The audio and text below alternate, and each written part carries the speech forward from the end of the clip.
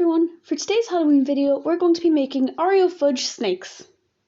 These are super simple to make with only 3 ingredients to make the snakes and then some strawberry laces for decoration. So what you're going to need is 1 tin of sweetened condensed milk, which is roughly 300 and something grams, just an average sized tin, 1 packet of Oreo biscuits and 400 grams of white chocolate. I like to use chocolate chips just because they melt a little bit easier and I don't have to spend time breaking up bars of chocolate. So the first thing you're going to do is you're going to want to crush your Oreos. If you've got a food processor, you can use that, but I do not. Well, I've got a blender that can do it, I don't want to clean it. So my easier solution is a Ziploc bag. If you put your Oreos into the Ziploc bag, make sure there's as little air in there as possible to help reduce the risk of it bursting. And then you can use a rolling pin to beat it into submission.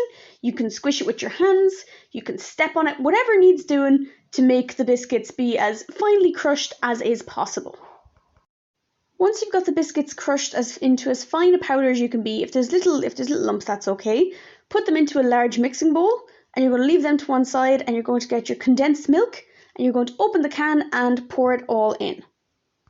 When you've got the sweetened condensed milk added, you're going to then want to take half your chocolate and you're going to melt it. So you're going to melt it in the microwave in 30-second bursts, and when it gets kind of near the end, make sure it's about 10 or 20 seconds and mixing it in between each go, because burnt chocolate is the worst smell I've ever smelled in my life, and I work with dogs, so it's really bad. Add the melted chocolate into the bowl with the other 2 ingredients and you're going to mix it around pretty much instantly because you don't want that chocolate to start hardening because you will never get it unhardened. And I've also used a metal bowl, which means I will not be able to microwave it again if necessary. So you mix it all up and it's going to be really thick. It's going to be really difficult to mix after a little while. And then you're going to do the second lot of chocolate and it'll become a little bit easier because the heat of the second lot of chocolate will loosen it up a bit, and obviously more liquid is going to make it easier to mix. I would highly recommend doing this with white chocolate like I've done here, but you can use milk chocolate. I've never used dark chocolate, but I assume that there would be no issues using that as well. The white chocolate just tends to make it taste like it's milk chocolate because it mixes with the Oreos. Milk chocolate is much richer, so it's very filling, and it's you wouldn't eat more than like 2 or 3 of these with milk chocolate, whereas you'd eat a whole lot of them if they're white chocolate. But again, it's up to preference, completely up to yourself. Just as long as the measurements are the same, it works perfectly fine. Take a rectangle shaped baking sheet. I've used a brownie tin here. It does not matter as long as it's just a rectangular shape. You're going to add lumps of the mixture to each corner to help hold down the paper.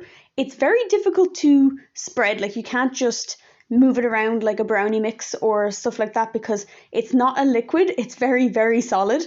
So you're going to need to kind of just push down on it and sort of shimmy it to one side to get it to go into the shapes you want it to go. So just blob it around the place until you've got all your mixture down, shimmy it into the corners until it's roughly spread out, and then you're going to put it into the fridge for about an hour or 2 to let it harden up a bit. When that time has passed, you should have something like this. So I was able to just lift the paper off the side to get it out of the tin. It's soft enough that I can, like, when I poke it, it'll give a bit. It's not rock solid, but when I pull down the paper off the sides, it holds its shape. So that's the ideal hardness you're looking for. If you think it's too soft in the middle, or if you think it's too liquidy, just put it back in the fridge for a while. It'll be fine. If you want, you can leave it overnight. Does not matter.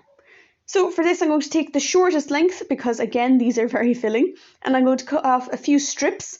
You don't need a super sharp knife. You can use a really long butter knife if you want, but it was just convenient that I had a knife the length of the tray, if you get me. You're going to cut off a strip. You're going to very carefully push the paper up from underneath and peel off the fudge. Again, if it starts breaking up or whatever, that's okay. You can just put it back in the fridge. It'll be fine. Then you're going to want to roll that so it's not got corners, and you'll have the start of your snake. For a rolled up snake, take the thinner end and start rolling towards the thicker end. The thinner end can be the tip of the tail, and the thicker end you can sort of mould into the shape of a head. So just give it a pointier nose and make sure it's got a little bit of a dent to be where the back of the skull is. Then you're going to do the little bit of decoration, which is the strawberry laces. You cut off 2 little small segments. These are going to be for the eyes, and you're going to cut a slightly longer segment that's going to be for its tongue. With the tongue piece, you can split that up the middle to make the little forked tongue that snakes have.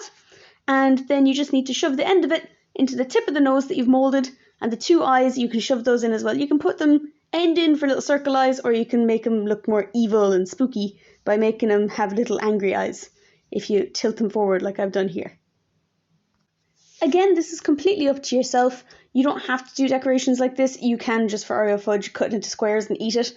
But I just wanted to make something that was kind of spooky themed and something slightly related to my channel, so I thought snakes were a cool start.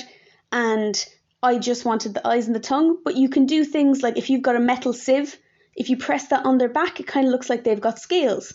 If you have the end of the cap of a biro where it's all circular, you can press that along them to make little scale shapes as well. You could push more strawberry lace pieces into them, whatever you want to do decorations. At the end of the day, they're going to be eaten and they're pretty tasty. So yeah, that's it for this video. This was Oreo fudge snakes, and I will see you in the next Halloween video. So thank you very much for watching.